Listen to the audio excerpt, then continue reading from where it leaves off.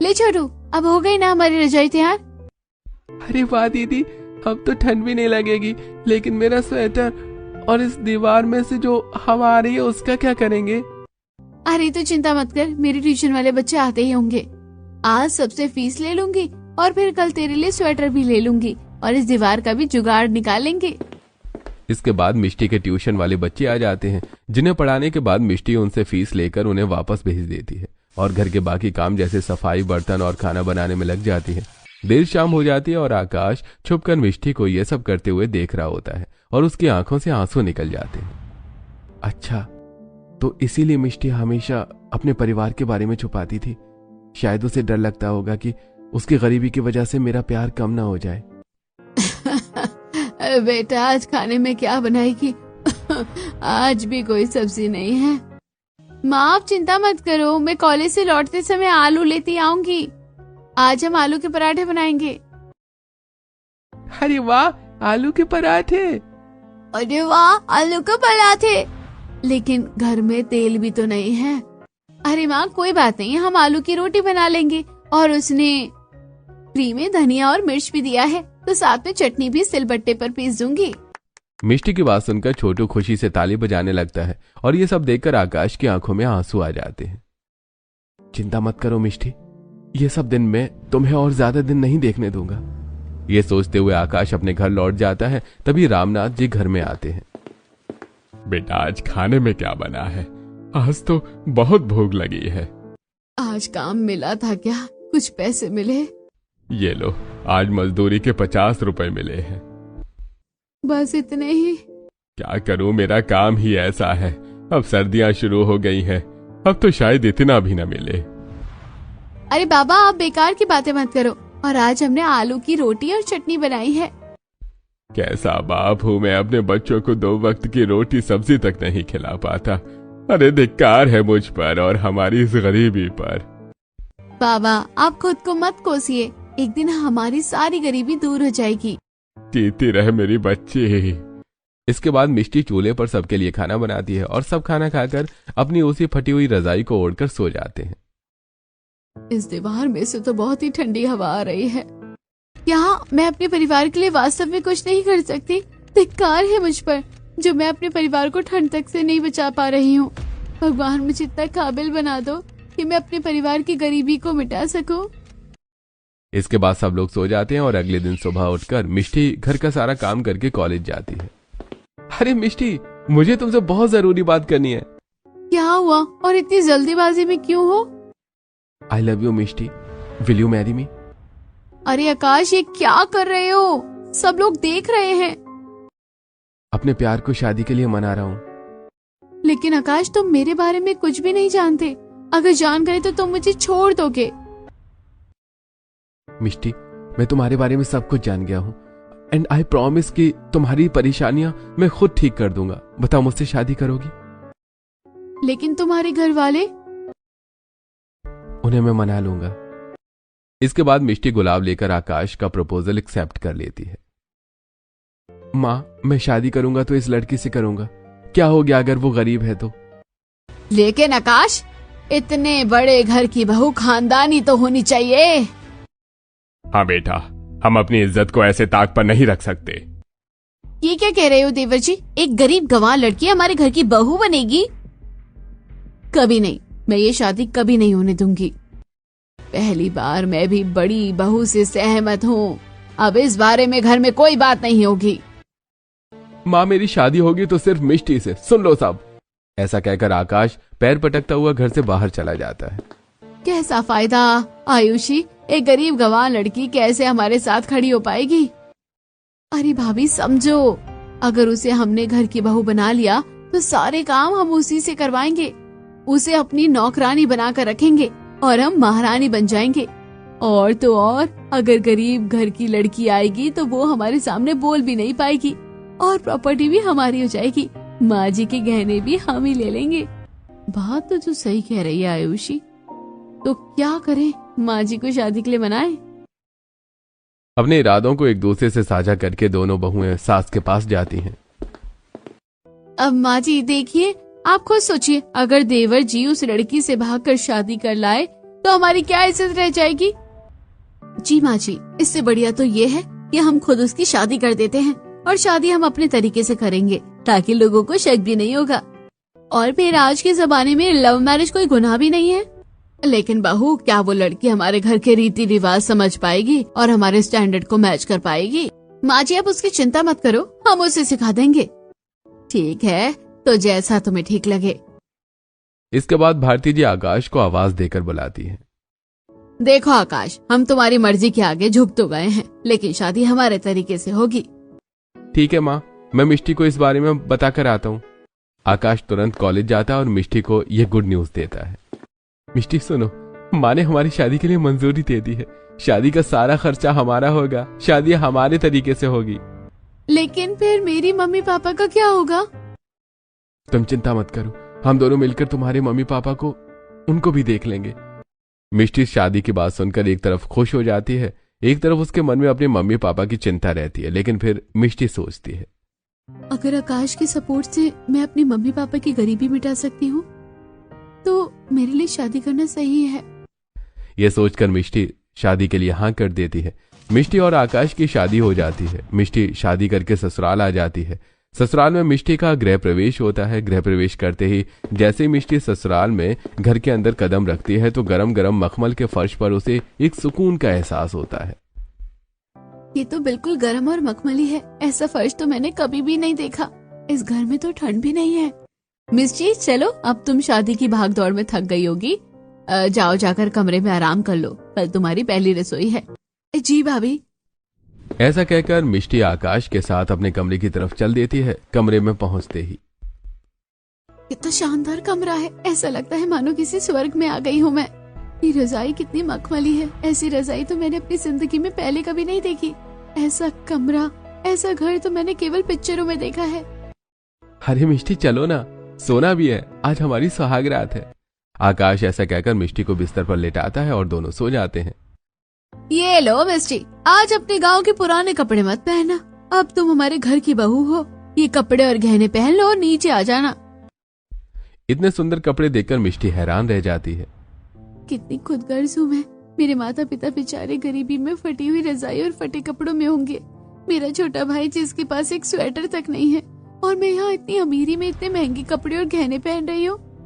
अरे मिष्टी, क्या सोचने लग गई? चलो जल्दी करो, नीचे माँ और पापा बुला रहे हैं। दोनों तैयार होकर नीचे आते हैं। मिष्टी रसोई में जाती है, तभी उसकी दोनों जिठानियां। चलो मिष्टी, हमने बहुत सालों तक इस घर को संभाला है, अब तुम्हारी जिम्मेदारी है। आज पूरी किचन तुम ही संभालोगी। जी भाभी, आज खाने में क्या बनाना है आप बता दो। इसके बाद प्रियंका और आयुष जी मिष्टी को खाने की एक लंबी चौड़ी लिस्ट देकर आराम से टीवी देखने के लिए बैठ जाती हैं। मिष्टी रसोई में थोड़ी ही देर में सबके लिए उनका पसंदीदा खाना तैयार कर लेती है और डाइनिंग टेबल पर लगा देती है। मिष्टी, जरा मुझे एक गिलास गर्म पानी देना। ठीक है। कहाँ जा रही हो? हमारे घर में तुम्हारे घर की तरह गर्म पानी करने के लिए गैस से चूल्हा नहीं चलाना पड़ता। हमारे घर में मशीन है, तुम इसमें से गर्म पानी भर लो। गर्म पानी की मशीन के बारे में मिष्टी को पहले कभी नहीं पता था। उसने जैसे ही मशीन का बटन दबाया, एक गिलास गर्म पानी तुरंत भर गया।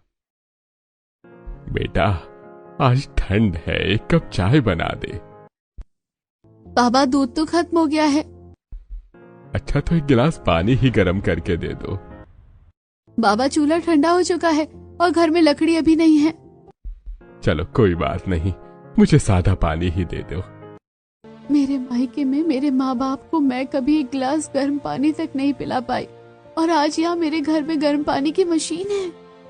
मिष्टी खुद को इस चीज के लिए कोसती है। अरे कहाँ खो गई? अपने पुराने गरीबी वाले दिन याद कर रही हो? देवर जी पानी मांग रहे हैं। जी भाभी, अभी लेकर आई। ऐसा कहकर मिष्टी आकाश को पानी देती है। सुनो तीनों बहुएं, दिसंबर की सर्दी आ चुकी है और आज घर में हमारी तीनों बहुएं मौजूद हैं, तो मैं तुम तीनों को कुछ दिखाना चाहती हूँ। देविका जी अपनी पुश्तैनी मखमली रजाई निकालती हैं जो कश्मीर की पश्मीना शॉल से बनी हुई है और उसके कवर पर महंगे नग और मोती जड़े हुए हैं। कितनी सुंदर रजाई है और कितनी गर्म भी लग रही है। ये तो हमने पहले कभी नहीं देखी। ये हमारे घर की पुश्तैनी रजाई है और हमारे घर का नियम है कि घर की सबसे काबिल बहू को ये रजाई दी जाती है। मेरी सास ने ये रजाई मुझे दी थी और अब मैं तुम तीनों में से किसी एक को दूंगी। तब तो आज ये रजाई मुझे मिलनी चाहिए। नहीं नहीं, मुझे मिलनी चाहिए। मिष्टी, तुम कुछ नहीं बोलोगी? माँ, मैंने तो अभी अभी इस घर में कदम रखा है, तो मैं इस रजाई की हकदार कैसे हो सकती हूँ? इस रजाई का असली हकदार कौन है कौन नहीं, ये तय मैं करूँगी, और वो भी एक परीक्षा लेकर। कैसी परीक्षा माँ जी? ये लो तीनों 100 रुपए, और इन 100 रुपए से तुम तीनों को 3 दिन की सब्जियां खरीद कर लानी है, और कोई भी चीटिंग नहीं करेगा। अरे 100 रुपए में क्या ही सब्जी आएगी, कोई बात नहीं, मैं अपने पैसे से ले आऊंगी। इस प्रतियोगिता में तो मैं ही जीतूंगी, मैं तो मॉल जाऊंगी। ठीक है माँ जी, हम अभी बाजार चले जाते हैं। तीनों बहुएं सब्जी लाने निकल जाती हैं। प्रियंका और आयुषी मॉल में जाकर 2 दिन की सब्जियां खरीद लेती हैं और उसमें अपने पैसे मिलाकर बढ़िया सब्जियां लेकर आ जाती हैं। वहीं मिष्टी सस्ती सी ताजी रोजमर्रा वाली सब्जियां खरीदकर साधारण से थैले में लेकर घर आ जाती हैं। लाओ बहुओं, दिखाओ क्या क्या सब्जी लाई हो तुम तीनों। तीनों अपनी अपनी सब्जियां टेबल पर रख देती हैं। अरे वाह प्रियंका बहू, तुम तो बहुत अच्छी ताजी सब्जियां लेकर आई हो। ये सब्जी 100 रुपए में आ गई। जी माँ जी। आयुषी बहू, तुम्हारी सब्जियां भी काफी ताजी है। हाँ माँ जी। अरे मिष्टी, ये कैसी सब्जियां लेकर आई हो? माँ जी, हमने तो पहले ही कहा था, ये खुद गरीब है और गरीबों जैसे ही सब्जियां लेकर आई है। दोनों मिलकर उसका मजाक उड़ाती हैं। लेकिन मुझे तो समझ आ गया कि इस घर के लिए काबिल बहू कौन सी है, और ये रजाई मुझे किसे देनी है। दोनों बहुएं मन ही मन खुश हो रही होती हैं। रजाई तो हमें ही मिलेगी। तो इस रजाई की असली हकदार मिष्टी बहू है। क्या तुम दोनों को इतना भी समझ नहीं आता? अगर मैंने अपनी गृहस्थी इतने सालों तक चलाई है तो मुझे पता होगा कि 100 रुपए में कैसी और कितनी सब्जियां आती है। तुम दोनों मेरी परीक्षा में फेल हो गई हो, इसलिए महंगी मखमली और पुश्तैनी रजाई तो मिष्टी को ही मिलेगी।